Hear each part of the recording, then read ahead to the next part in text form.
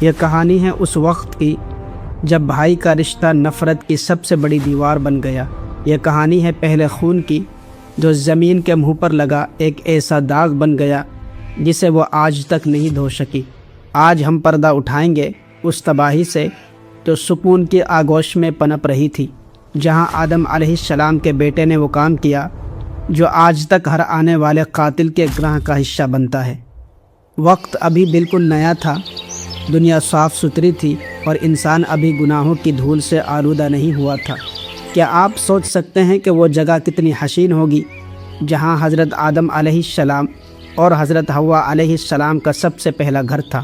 ایک جنت نما گھر جہاں ظاہری سکون تھا لیکن اندر ہی اندر ایک خوفناک طوفان پل رہا تھا۔ یہیں پر تاریخ کی سب سے بڑی تباہی کا بیج بویا گیا۔ آخر وہ دو بھائی کون تھے جن کا نام ہمیشہ تاریخ کے صفحات میں لکھا گیا؟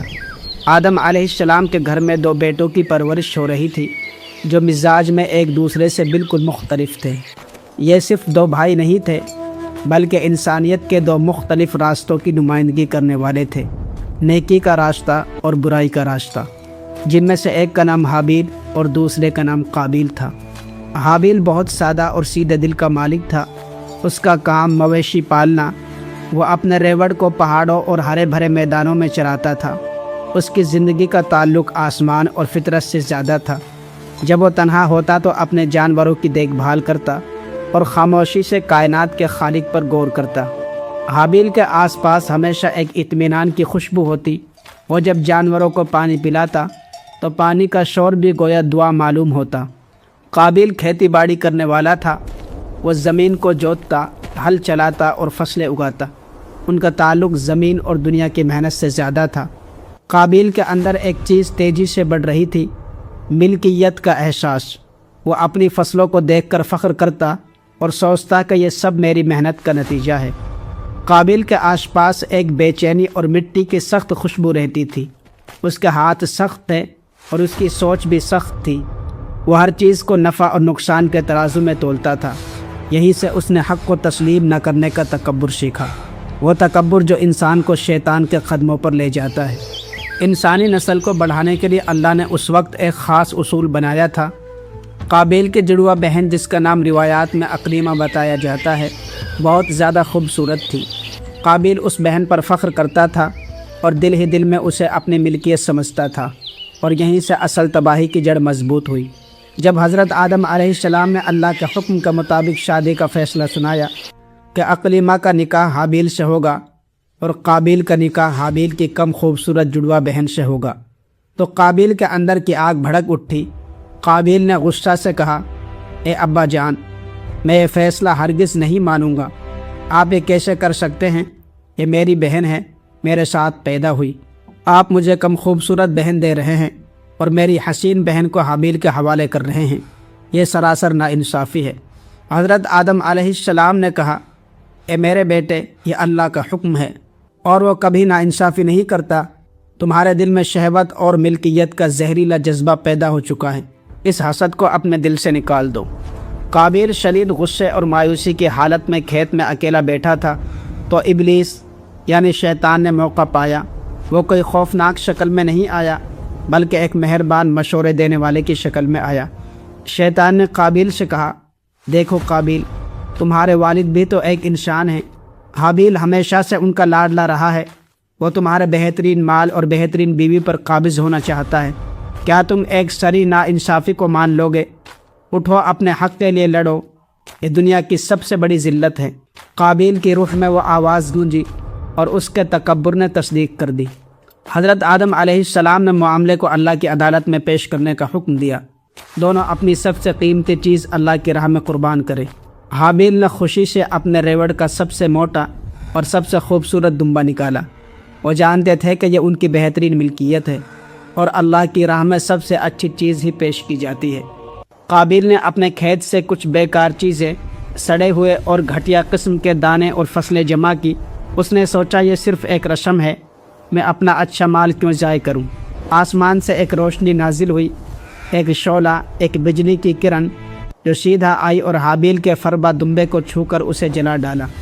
یہ قبولیت کی واضح نشانی تھی۔ اور قابیل کا ڈھیر وہیں کا وہیں پڑا رہا۔ یہ فیصلہ صرف اس کی قربانی کا نہیں تھا بلکہ اس کی نیت کی گندگی کا فیصلہ تھا۔ قابیل نے غصہ سے کہا، خاموش ہو جاؤ، تم مجھے جھوٹ نہ سکھاؤ، تم نے میری عزت پر حملہ کیا ہے، اب میں یہ سب برداشت نہیں کروں گا۔ قابیل اس رات سویا نہیں تھا، وہ اپنے خیمے سے باہر نکلا، اس کی آنکھوں میں نیند نہیں بدلے کی آگ تھی۔ شیطان ایک بار پھر اس کے قریب آیا اور کہنے لگا، تم نے اس کی بات کیوں سن لی؟ وہ جیت گیا، تم ہار گئے، اور یاد رکھنا جب تک وہ زندہ ہے تم ہمیشہ شکست یافتہ رہو گے، اسے ختم کر دو۔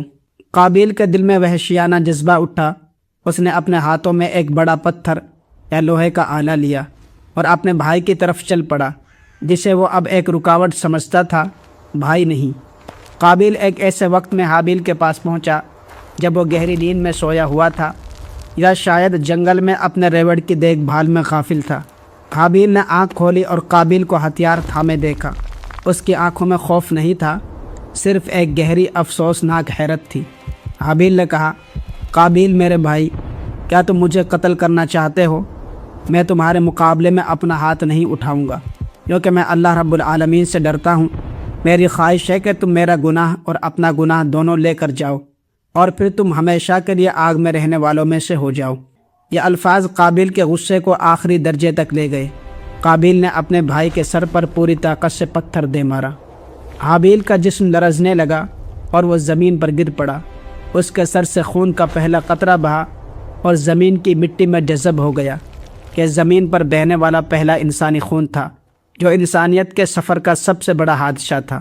قابیل کے ہاتھ سے ہتھیار گرا، اس کے جسم کا سارا جنون ختم ہو گیا اور ایک خوفناک سرد خاموشی چھا گئی۔ قابیل نے دیکھا کہ سورج کی روشنی بھی اس پر پڑ کر مدھم ہو گئی ہے۔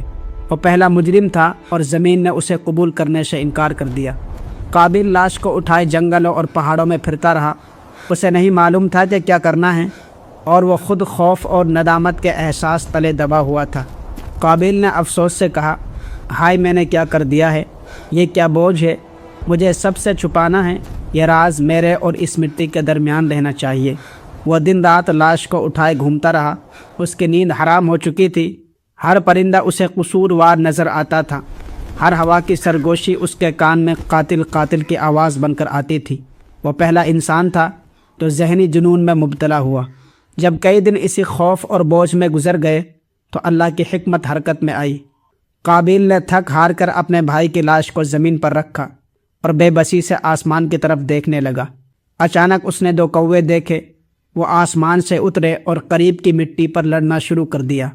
ایک کوے نے دوسرے کو مار کر زمین پر گرا دیا، پھر زندہ کوے نے اپنی چونچ اور پنجوں سے زمین کھودنا شروع کی اور اپنے مردہ ساتھی کوے کو اس میں دھکیل کر دفن کر دیا۔